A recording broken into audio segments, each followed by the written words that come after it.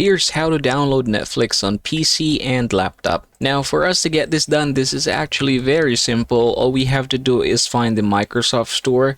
Now, when you click this Windows icon right here, you should be able to see it. If you're not seeing it, just go ahead and basically start typing here, Microsoft, and you should be seeing the store here. I'm gonna open it. And then from here, we're just going to look for Netflix.